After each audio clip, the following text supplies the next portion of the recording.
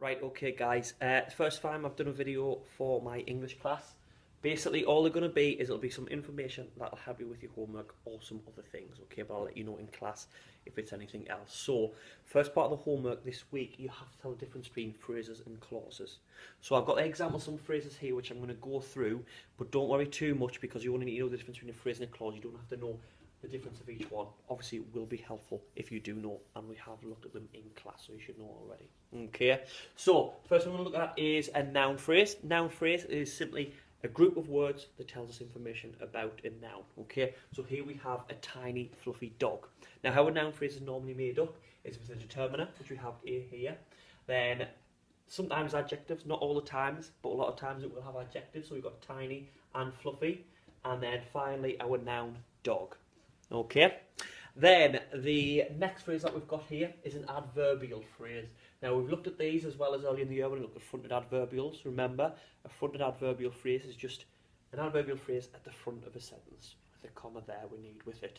An adverbial phrase is just a group of words that work together the same way as an adverb would do. So that would mean telling us how, when, why, where and how much a verb or an action is being done. So here we've got as quick as a flash. Okay, so it could be I ran home as quick as a flash. The phrase would be as quick as a flash.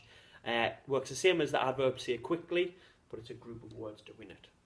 Okay, and our last phrase we're going to look at is a prepositional phrase. Now, a prepositional phrase, although it sounds complicated, is simple. It just tells us the location of or position of something. Okay, so here we have a simple one of under the table.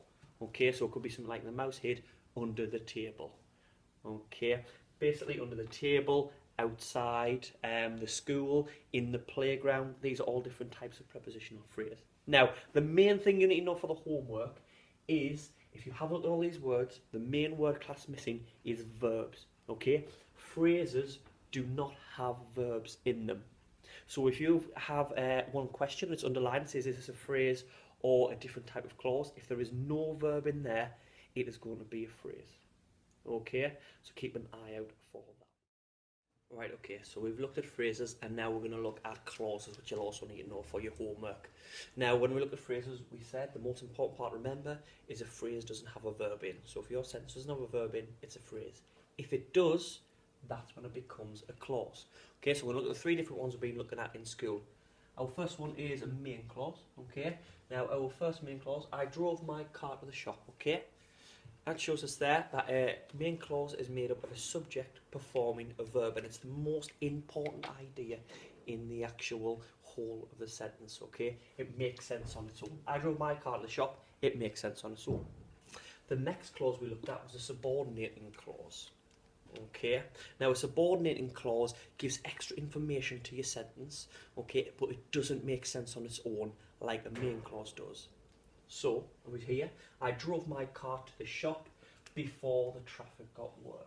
Okay, before the traffic got worse is our subordinating clause. It adds extra information to our first sentence. As you can see, we still have our main clause because obviously, as we've just mentioned, all sentences have a main clause. So we still have our main clause, and then we have the extra information on the end. Now that wouldn't make sense on its own. Before the traffic got worse. Okay? Before the traffic got worse, what? We need extra information. So we know it's not a main clause because it doesn't make sense on its own. Now one of the other important things to look at is this word, if I can get the top off my pen, right here. Okay? Before. Now that's something that we looked at a long time ago, but we still use in our work, called a subordinating conjunction. Now a lot of times subordinating clauses have these at the start. What I'm going to do is, in the information for the video, I'm going to put a link to a picture with a list of a lot of subordinating conjunctions. So if you see one of them at the start, you know it's a subordinating clause, but you have to be careful because not all subordinating clauses have them. So if you do have a subordinating clause, subordinating conjunction like before or after or because, you know you've got your subordinating clause. But if you don't, it doesn't mean it's not, because they don't always have to be there. Okay. Lastly, we're going to move on to our last one that we've done, which is our relative clause. Still have the same main clause. I drove my car to the shop. You can see now our main clause is split up. The reason it's split up is because we have our relative clause in the middle of it. Okay.